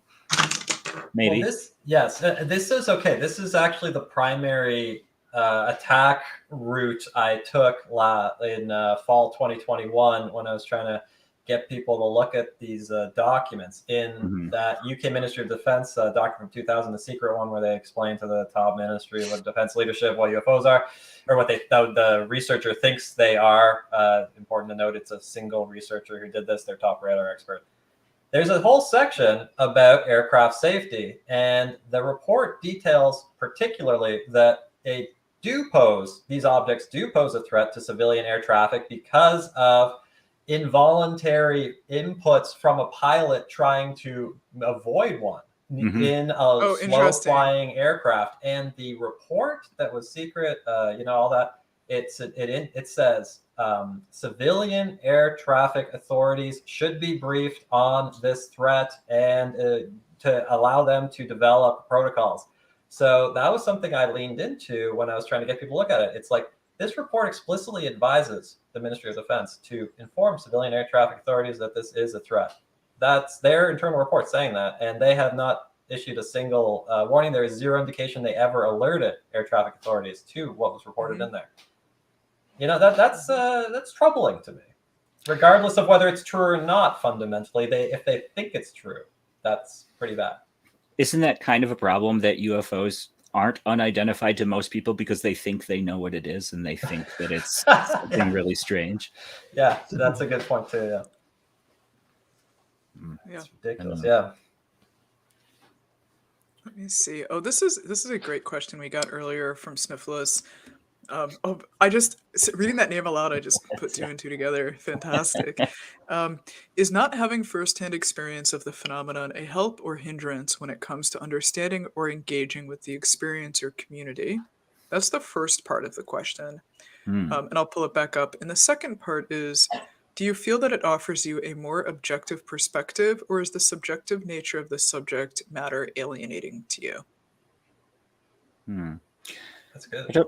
I don't know that it's alienating to me. I think it's interesting to me. I kind of wish I had some kind of experience that I could kind of relate to. But I don't know. Maybe it does keep me objective. I don't know, because I don't know the other side of the coin, right? I only come from my kind of like materialist and skeptical perspective of not having an anomalous experience like this. So I'm not sure. It depends how the experiencer community takes criticism, right? You could be you could be a scientist trying to investigate this stuff objectively and dispassionately, and coming at it from a third-person scientific point of view with the tools of science. but some people automatically see that as an attack or as if you're undermining their experiences, which you might not be denying at all. Like they had an experience, but it doesn't mean that the experience's explanation should be credited.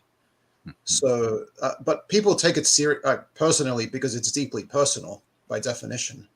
So I guess it depends on the experiencer community's predispositions, right? To a large extent. Mm-hmm. I don't think any of us have any of you guys had an anomalous experience or a sighting or anything? Not really. Not I've of had a UFO. It's only the hypnagogic hallucinations that I have retroactively realized matter to the experiencer community. Mm-hmm. But nothing. I haven't seen any UFOs or anything. Yeah. Dude, I would love to. Yeah, Like, same. I have I've back channeled with a couple people to try and get on a CE5 experience and everything. Like I would do that. Oh, me too. Like I am as open as like let's do it. Like I'm open to any of those Yeah, experiences. I will totally do that. I'll go ghost hunting again. You know, I'm basically a chain smoker. I watch the sky every night when I go out and smoke all the time, just in case. You know what I mean? I see a lot of planes. But having said that you want to experience it, since the Invisible Night School tries to tackle this from a rational point of view, isn't that already kind of bringing baggage into it? Because you're kind of presupposing that it's cool to have the experience, but it's probably just something going on in the brain. Whereas somebody else might say, yeah, I want to see an alien ship. And they bring in the baggage of this is an extraterrestrial craft. So it's like the ontological status of the experience is going to be different for us. Yeah, definitely. But I would still really like to have such an experience, even if I know 100% that it's just a psychological construct. Well, oh, go ahead, Campbell. Well, just in my experience, jumping into this so suddenly during the shutdowns and the virus and having no experience with any of these subjects before, I would say that I definitely struggled with understanding and communicating with experiencers. And it was only after long-term in one-on-one conversations and becoming friends with several personally that I started to really fully fundamentally appreciate that side of this whole thing because from the outside I never had any contact with the culture. It was only sort of abstractions around the subject and I never looked at it. So I do think it did hurt me to not have engaged with it through, like, I guess some kind of recognition that I'd had anomalous experiences. It would have helped maybe for me to have had some kind of thing like that I processed similarly. Yeah. So what do you think, Leah? Yeah, so I was thinking about what I was going to say. Says sleepy time tea. It's getting you. It is actually, in the interest of full disclosure, it actually wasn't sleepy time. It was kava tea. So it's especially like, you know, I have never had, well, one, I would say that the definition of experiencer is extremely broad. And my sort of pet theory is that a whole lot of what people are talking about when they talk about experience is they're really talking about episodes of spiritual emergence. But I would also say that not all episodes of spiritual emergence are the same. I would never call myself an experiencer in any meaningful sense at all. That's not to say I wouldn't love to have an experience. I would love to go out on a heist or CE5 event. I am super open to any and all of this. I think that having a preternatural interest and attachment to mysticism and the numinous gives me some degree of sympathy for this subject, and probably biases my views. I also regularly talk to experiencers. A handful of very close friends that I've made over the last few months are absolutely experiencers, and I believe that they have things happen to them that are mysterious and anomalous. I just hope at one point it'll be my turn to go to bat too and have something super wild and far out happen, because to me it feels like I have a huge appetite for anything that shifts my reality or perception, and I would love to me it feels like this maybe is it's maybe a weird thing to say, but it almost feels to me like going through, it's like a Rubicon, like to have something really strange kind of shift your whole worldview, like childbirth or witnessing something spectacular or something, like it becomes like a peak experience, and I am so open and would love to have something like that happen, but unfortunately I have not. This is what you're saying is reminding me of conversations we were having in the Discord a little while ago about near-death experiences and hallucinogens. And I remember a particularly intriguing study that showed that even when materialist atheists take DMT and before taking it, they say they have no belief in alternate dimensions, all that stuff. After taking DMT, it is a terrifying number that then report that they now believe in the experience that they had as being fundamentally real physically in some sense. And that there's something going on there that's very alarming, but also fascinating. And it makes me wonder if it's like, if I don't know if I'd be concerned about taking DMT because of the implications. I mean, like, maybe it's true. Maybe, I mean, I don't think it's like fundamentally true. I think that the brain undergoes a change and you experience it as real, but it could be real. And, the fact that maybe going through that, you believe fundamentally that it is real regardless, that could completely change your life trajectory. Yeah, I'm totally down, by the way. Yeah. That said, we're all doing DMT at the Desert Conference, right? Right. Yes, and somebody asked here, has Leah tried DMT? And I will pilfer a line that I use when discussing my sex life, which is basically to say a lady never tells.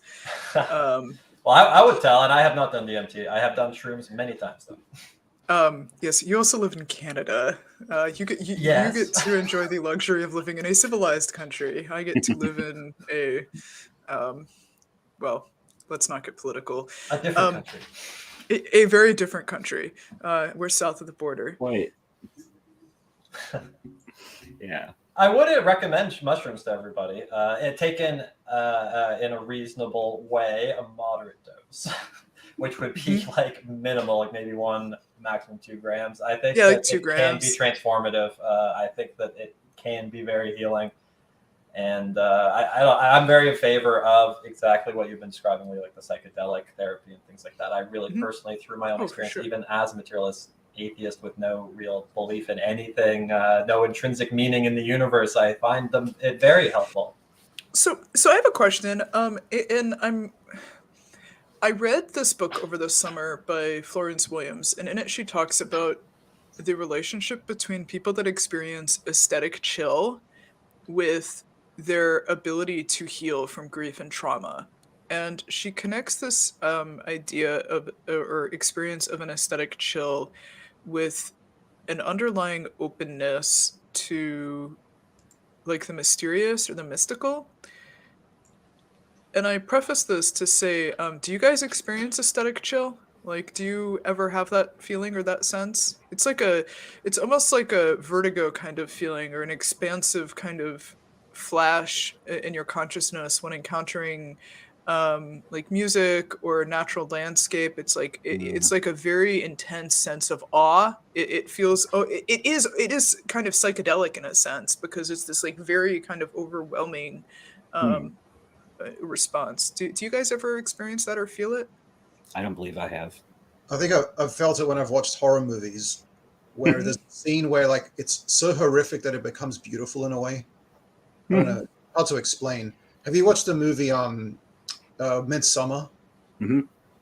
You know when the woman face plants it? Yes. From the cliff?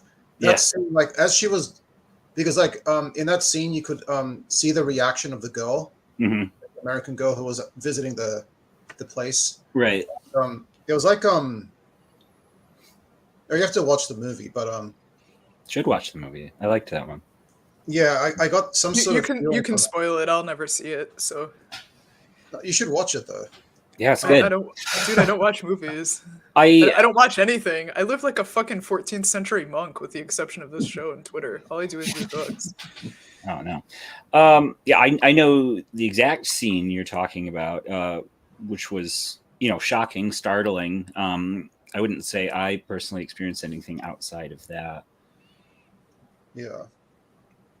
I would say that I definitely do relate to that, and I would almost say I chase it in a way, like to expose myself to different environmental stimuli and things like that. Like I'll go on a hike in the forest when the snow is falling, and I'll look over my lake, and it'll be silent, and there's nobody around, and I'll like just dwell in it and have a feeling of dissociation. Very nice, and stuff like that. And I do absolutely relate to that effect. What about you, Leah?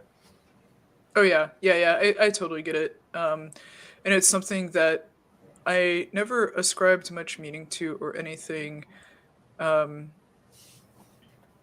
Oh, look, yes, vapor missile here. Feeling a deep thrill, getting weak in the knees, having a spiritual sensation. Yeah, this describes it. For me, it's always been in places of natural beauty. Grand Canyon. I climbed Masada at like 4 a.m. about 10 years ago, and watching the like line of flashlights up the mountain like induced it in me. Climbing Half Dome did it. I mean, part of the reason I love to ski is because skiing gives me that feeling, that sort of like expansive, like flow kind. It's almost like a flow state. It's like a flow state on steroids. But I've very deliberately sought it, and for me, it's also it's frequently accompanies just a very intensely physical experience. Like my breathing will change. Like I'll feel like very emotional. It's super intense. It's really cool. I get it with music. I definitely felt it when I saw The Ring performed live. Parts of the opening overtures to the 4 operas like definitely induced it in me, which was really, really cool. Wagner, not the movie The Ring. Yeah, no, not the movie The Ring. No, Wagner. I'll talk about opera. We touched on this on one of our old spaces, I think, too, and this is reminding me how I may be stunted in some way. I remember that. But the thing is in this book, the reason I bring it up is she talks about how a substantial portion of the population just doesn't experience it. Like it's just not, they just don't feel that, which is really fascinating. So it's a lot. It's like 1 out of 4 people, which, damn, voila. I guess I just have video games to play. That's how I get my excitement. This is fascinating. V says, weird tangent, but you know that feeling when your nervous system lights up, like when you accidentally drive through a red light? Psychopaths don't feel that. Yeah, you know who else I bet doesn't feel that? Are like surgeons and CEOs. Like people that basically also psychopaths, or like fighter pilots or whatever, like people who have basically trained their entire nervous system to not respond in situations of life or death.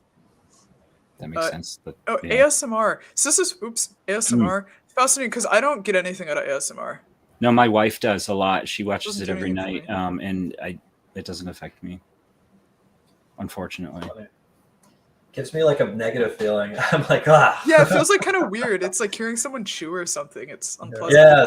Yes. Maybe I just haven't tried it enough, but exactly, that's my experience. I mean, there's a lot of different kinds and different triggers, I think is what they call them. I watched one today. It was a woman looking through a 1970s Sears catalog. I actually did kind of like that. That's awesome. Just trying to process what that would be like. It's just her whispering and going through the pages and talking about the things she saw. This is incredible. This feels like a weird Penthouse letter. Tell me more, Nick. I'll find the link. I liked it. I mean, it was relaxing. I had it on in the background while I was working, and I kind of enjoyed it. But was she going through the lingerie section? I don't think we got there. There was a lot of nylon clothing, and vinyl and PVC jackets. Yes, incredible. It's pretty cool. Incredible. No tingles or anything, but I liked it. Nice. Let's see. I have a question here from Sways, who's already dropped off the stream. But Oh. what would be the incentive for an advanced species to visit us? Exploitation, right? Bio- The minerals are the people here. Maybe to get ideas from evolution. There's like billions of solutions to ecological challenges that evolution has thrown up. So there's actually one of the things that is brought up in conservation policy is that if we make species go extinct, then we're potentially losing something which would be a tangible benefit to us, because there might be some sort of drug or other biomimicry technology we could have gotten from that. So maybe aliens are searching for biological solutions. Yeah. Or those curiosity or communion. Yeah. And and my opinion on this deviates from a lot of other skeptics in that I do project human characteristics onto the potential non-human intelligence that would come here. And my reasoning for that, it may be flawed, but it is that essentially there's the fundamental self-replication and expansion is the fundamental nature of what we see on Earth. That is a common factor. It is expanding outward. If something comes here, it is expanding due to self-replication. That requires inputs of resources. That's how I interpret it. Sure. I would see them coming here in a similar way to how humans travel to the New World in just everywhere, colonize, exploitation.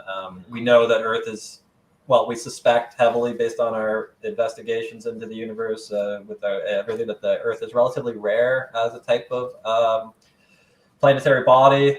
Abnormally large moon keeps our magnetic field strong and things like that. So there could be reasons why it would be extraordinarily rare to have an Earth-like planet, and there would be a reason to come here. And that's sort of my line of reasoning. If they're extremely different to us, though, Nick, as you were alluding to, that they might be so different to us that we wouldn't necessarily even recognize them, would they still want to exploit us? I couldn't answer that, but who knows, right? No, I suppose not.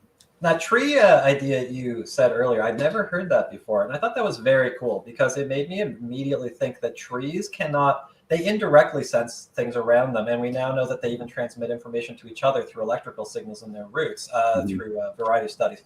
But they can't physically observe around them, right? And you made me think, when you look at the full spectrum of electromagnetic radiation and human sight and perception, it was so neat because you made that comment with the tree and made me instantly think we see basically nothing. And it's like the tree does sense things around it in vague ways, but nothing like what we're seeing. So I think that is very cool. What did you say you heard that, or did you just come up with that analogy yourself? I came up with that talking to King Milkfart. Nice. The man of the hour. Yeah.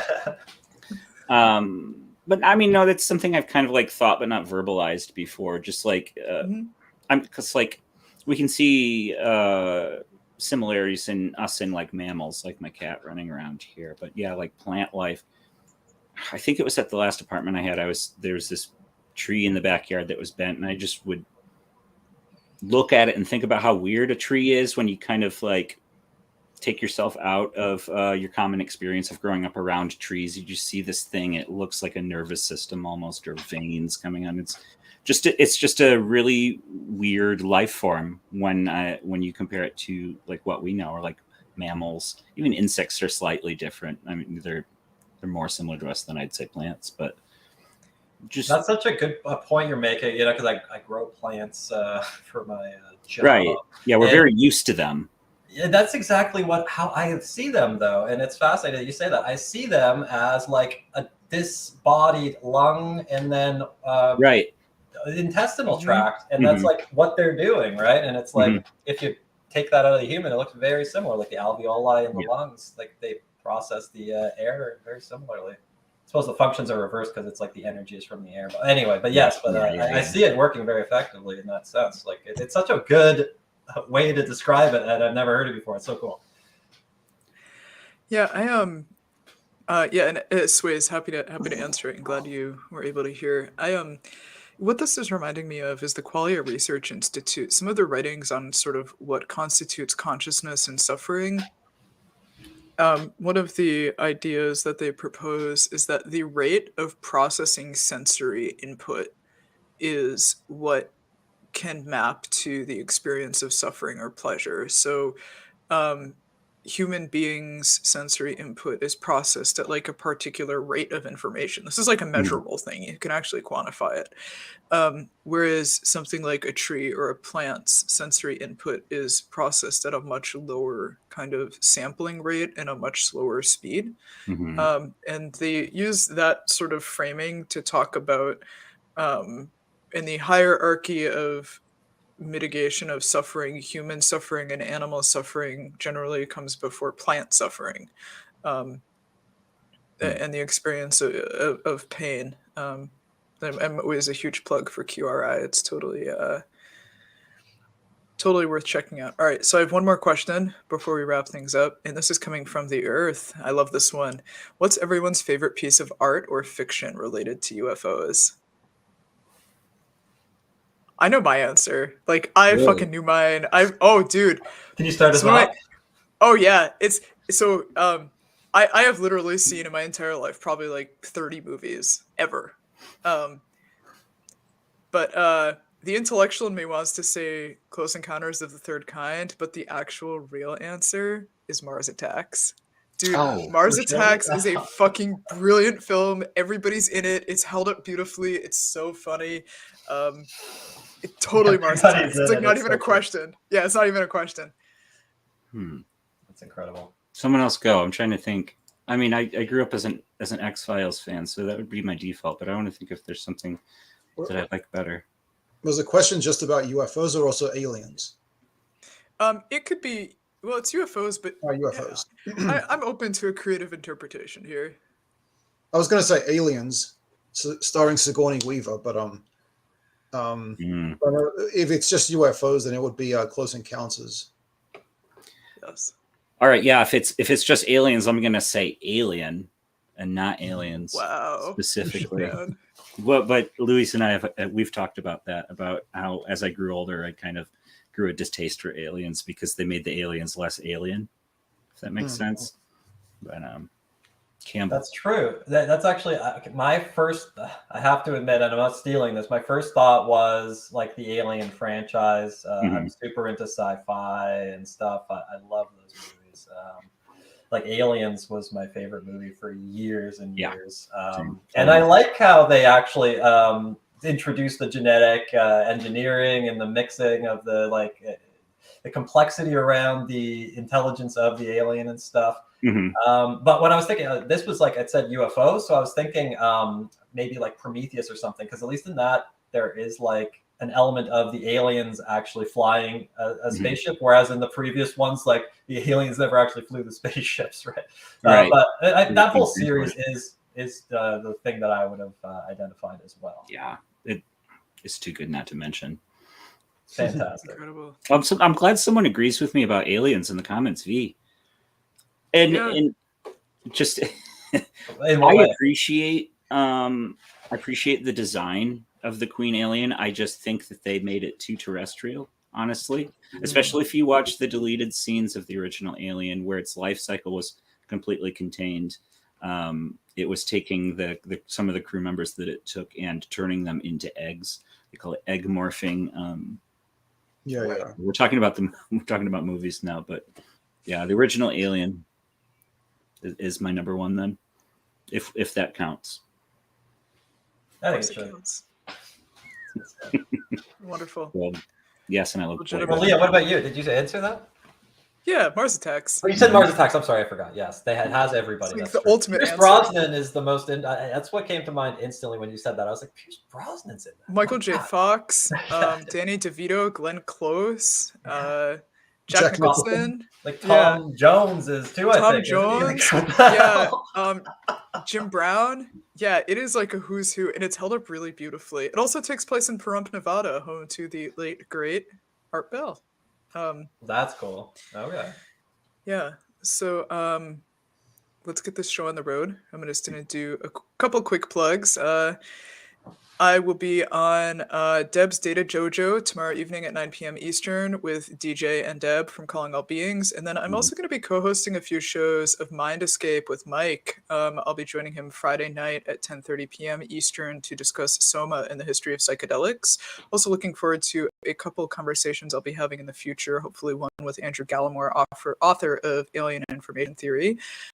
So definitely check out both of those streams. And next week, we will be joined by Jack Brewer, who keeps the UFO Trail blog. He is definitely a friend of the show.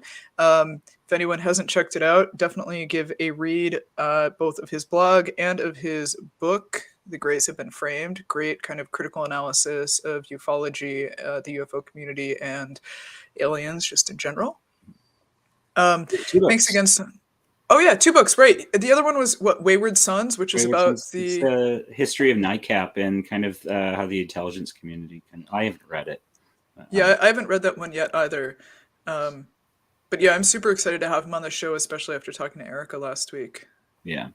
And before you move on, I have a plug too. I think I'm going to be on Strange Recon this Saturday morning. Oh, awesome. Nice. I'm not sure what we're talking about, but we'll come up with something. Yeah, I think everybody should check that show out too. Jeff's got good stuff. Yeah, definitely. Yeah, Jeff's the man. He's great. Cambo, Lewis, anything on your plates? Nada. Nothing noteworthy. Wonderful. Or actually, I was working on that thread I was going to put out at some point about the plasma, intelligent plasma crap, just to try to clarify that stuff. So I was working on that. I forgot just now, but that's going to come out. I'm very much having gotten the sneak preview. I'm very much looking forward to that thread. I think it's a great little piece of information and critical analysis. So. Sweet. Wonderful. Well, thanks all so much for joining us again on another episode of the Invisible Night School. I'm going to start kicking my co-hosts off the stream and close out the show. Have a nice night, all. Take care.